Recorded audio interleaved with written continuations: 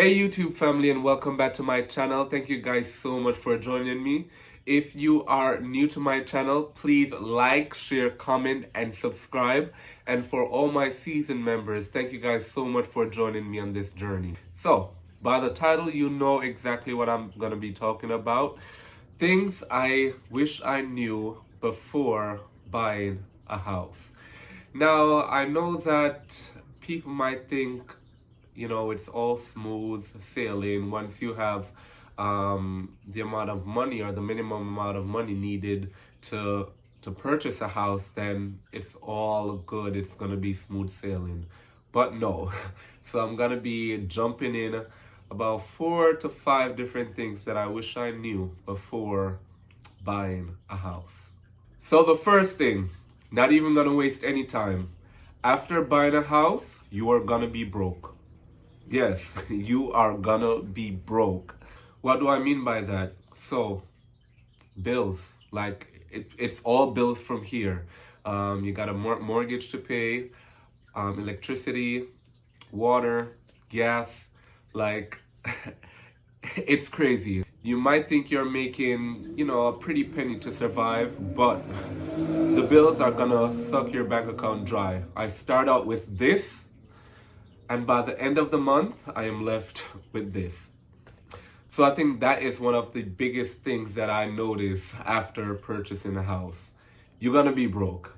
The second thing is that never think that everything within the home is gonna be at its optimal function. I just knew that everything was like perfect. Lighting, water, electricity, like everything. You walk in, you look at a house, and you just know, all right, everything looks, perfect. Everything looks fine, until you move in, and day after day after day after day, you get settled in, and then you see the issues. The faucet might be leaking. The flooring might be shaking. The washing machine, something is wrong with it. The dryer, that something is wrong with it. Like, you never really know about the home until you actually move into it. Yeah, everything looks really nice on the surface, and everything did look really nice on the surface. But after a few weeks, a few months, then you start seeing like little issues, and then those are other things that you have to pay attention to, and you got to start, dishing out more money to fix these problems. So again, you even spending more money on top of your regular daily and weekly and monthly bills. The third thing is that your mortgage can increase or decrease based on the type of homeowner's insurance you have. What I mean by that, so recently I received a bill, and it's saying that my mortgage will increase. And I said, how much higher can this mortgage get? So I started inquiring about it. And basically, they were saying that the home insurance, their percentage increase, like there's going to be an increase every year on the homeowner's insurance.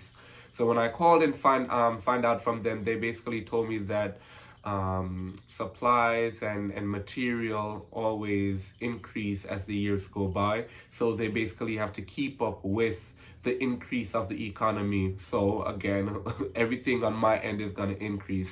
I mean, this can be avoided. It can be avoided with like your escrow. Basically, escrow is a sum of money that your loaner takes from your keeps or add it onto your mortgage, and they hold on to that money just in case you have your homeowner's insurance. You don't have to worry about that. They will use that money that they have been stashing away for you to pay for it. However, because again my homeowner's insurance increased, they said, oh, if we don't up it a little bit, then you're going to be falling short every month and you'll run into issues. So depending on your homeowner's insurance. So definitely that's something that you need to make sure you check out. The type of insurance you're going to get for your home, the interest rate, and how often it's going to increase. That's something you definitely have to pay attention to if you don't want to run into trouble. The fourth thing, owning a home can save you from paying back taxes. Tax season is here, guys, and when I tell you, when I went to file my taxes, oh my goodness, I almost owed like too much money, like too much money.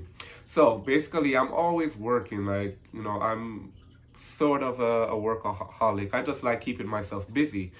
So last year I had multiple jobs. So I work here, work there, work, just do a little of everything because I just love experiencing new things. So I didn't really like staying in one area, for a long period of time. Or if I'm staying in that area, I like to also explore different avenues too. So when I went to file my taxes, my tax guy, which he's really great, and he's a new tax guy that was referred to me by a good friend.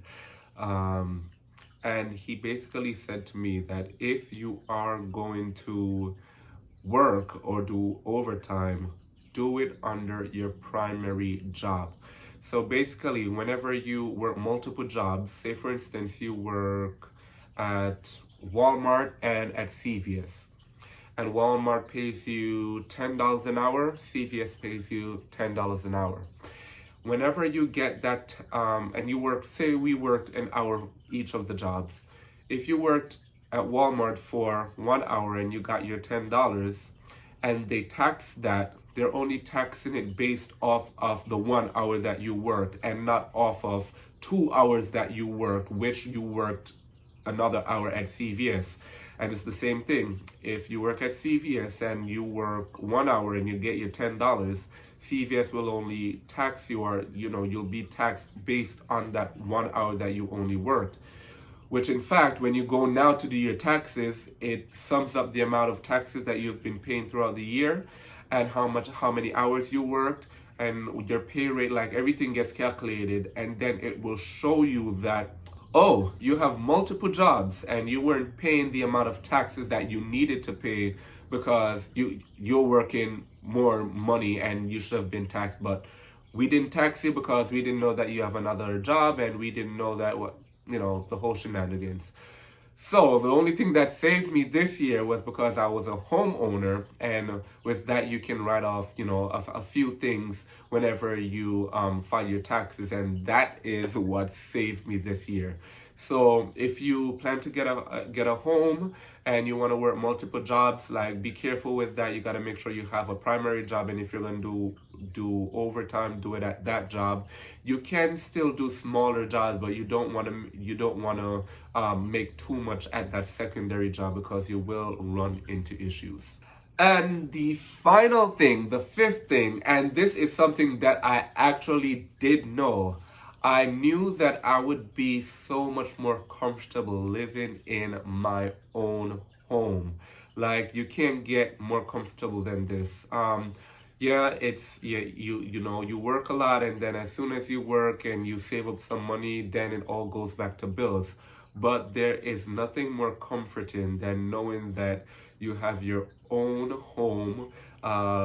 You come and go as you please. You arrange stuff in the home. You make whatever changes that you want in the home, as you please. And it's your own space, so of course you're gonna feel very comfortable in your space. So that is one thing that I really did know, and that was the main thing that pushed me in order to get a home. So again, although it's a lot of money, it's a lot of bills, you gotta pay a lot of stuff. Owning your own home, you'll be very comfortable.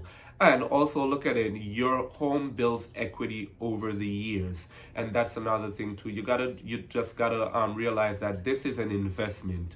As the years go by, the pricing on the house is increased, and if you were to sell back the house, then you would gain equity from the house that you know already had purchased. So there are pros and cons, you know, of course, for everything that you do, but that is one thing that definitely helps me to stay comfortable too, in that at the end of the day, you know, you can sell your house, you can gain equity, and you can even purchase, you know, another home, or a dream home if this isn't your dream home. So there are a lot of perks to owning your home, but just a few things that would have provided me a little more comfort knowing beforehand are these things that I reviewed with you guys. So if you guys have any questions, if you guys have any tips and tricks of dealing with these issues in the home, please definitely leave a comment down below. Make sure you like, share, and subscribe to my channel. And again, thank you guys so much for tuning into this video. And remember, life is what you make it. Bye.